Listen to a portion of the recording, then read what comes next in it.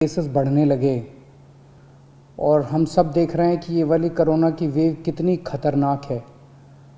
बहुत ज़्यादा संख्या में इसमें लोग सीरियस हो रहे हैं, अस्पतालों की ज़रूरत पड़ रही है, आईसीयू की ज़रूरत पड़ रही है, काफ़ी ज़्यादा लोगों की मौत भी हो रही है।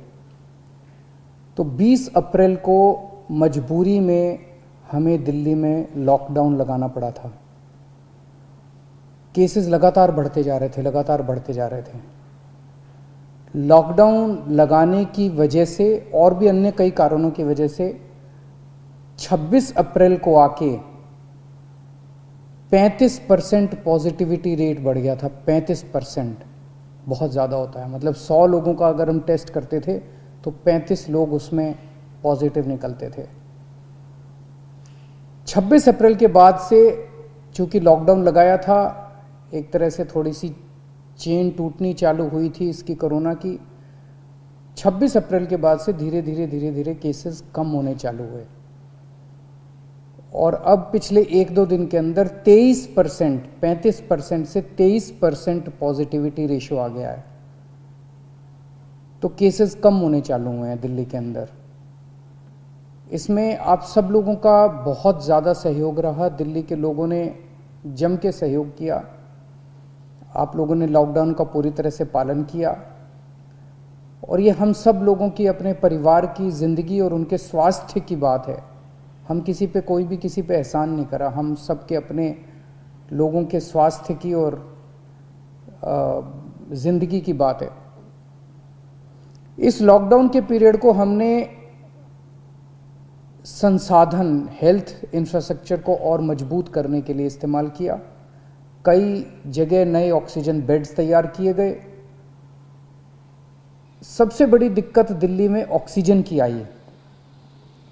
नॉर्मल टाइम में जितनी ऑक्सीजन चाहिए होती है अस्पतालों में, उससे कई गुना ऑक्सीजन की ज़रूरत पड़ने लगी, क्योंकि अब जितने भी मरीज आते थे कोरोना में उन सबको ऑक्सीजन की ज़रूरत थी। तो कई गुना ऑक्सीजन की ज़रूरत अचानक पड़ने लगी।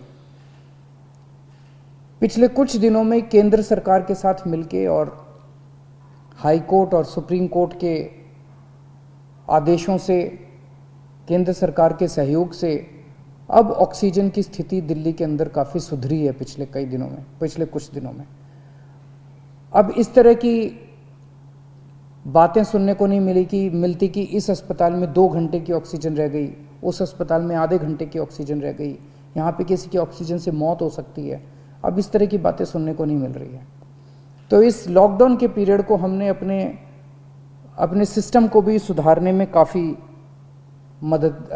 प्रयास किए। पिछले कुछ दिनों से वैक्सीन को भी बड़ी तेज़ी के साथ वैक्सीनेशन का कार्यक्रम शुरू किया गया है। आप में से जितने लोगों ने वैक्सीन लगवाया उन्होंने देखा होगा कि दिल्ली सरकार ने जो स्कूलों में इंतजाम किए हैं वो कितने शानदार इंतजाम किए हैं। सब लोग इसकी तारीफ़ कर रहे हैं, सब लोगों को अच्छा लग रहा है। हमारे युवा बढ़ चढ़ के वैक्सीन लगवा रहे हैं। यहाँ तक कि दिल्ली के आसपास के इलाकों से भी लोग दिल्ली में आके वैक्सीन लगवा रहे हैं। वैक्सीन के स्टॉक की कमी है, इसमें हमने केंद्र सरकार से सहयोग मांगा है। मुझे पूरी उम्मीद है जैसे केंद्र सरकार अन्य बातों पे भी सहयोग करती रही है, इसमें भी हमारा पूरा सहयोग करेगी। पिछले कुछ दिनों में सब लोगों से मेरी बात हुई है, व्यापारियों से, महिलाओं से, युवाओं से, अलग अलग किस्म के लोगों से बात हुई है और सबका ये मानना है कि कोरोना के केस कम तो हुए हैं लेकिन अभी भी बहुत हैं। 23% अभी भी संक्रमण दर है। अभी ढिलाई नहीं दी जा सकती, अभी समय नहीं आया है ढिलाई देने का। तो सबका ये मानना है कि अभी लॉकडाउन को और एक्सटेंड करने की ज़रूरत है। अभी और इस कड़ाई को अभी थोड़े दिन और बरकरार रखने की ज़रूरत है, नहीं तो अभी जो हमने हासिल किया वो भी ख़त्म हो जाएगा। और जैसा मैंने कहा कि ये इतना मुश्किल दौर है, ये वाली वेव इतनी ख़तरनाक है, इतने लोगों की मौत हो रही है, तो जान है तो जहान है। अगर ज़िंदगी बचेगी तो बाद में और बहुत कुछ कर लेंगे ज़िंदगी में। सबसे पहले इस टाइम ज़िंदगी बचाना है। तो इसीलिए सरकार ने आप सब लोगों के फीडबैक के आधार पे, आप सब लोगों की इसके आधार पे मजबूरीवश अभी 1 हफ्ते का लॉकडाउन और बढ़ाया जा रहा है। कल सुबह 5 बजे ये लॉकडाउन ख़त्म होना था, लेकिन अब ये अगले सोमवार को 5 बजे तक के, सुबह 5 बजे तक के लिए बढ़ाया जा रहा है और इस बार थोड़ा सा और सख्त किया जा रहा है। कल से दिल्ली के अंदर मेट्रो भी चलना बंद हो जाएंगी। हमारी कोशिश है कि जितना ज़्यादा इसको लॉकडाउन को सख्त किया जाएगा उतना तेज़ी से हम सब लोग कोरोना पे काबू पा पाएंगे।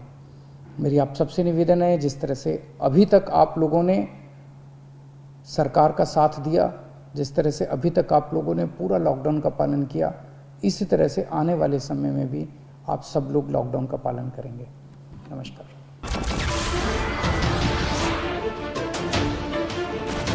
नमस्कार, मैं हूं मानक गुप्ता। अगर आपको हमारा ये वीडियो पसंद आया हो तो इसे लाइक और शेयर जरूर करें और हाँ, हमें सब्सक्राइब और फॉलो करना ना भूलें ताकि आप देश और दुनिया की कोई खबर मिस ना करें। तो जुड़े रहिए हमारे साथ और देखते रहिए न्यूज़ 24।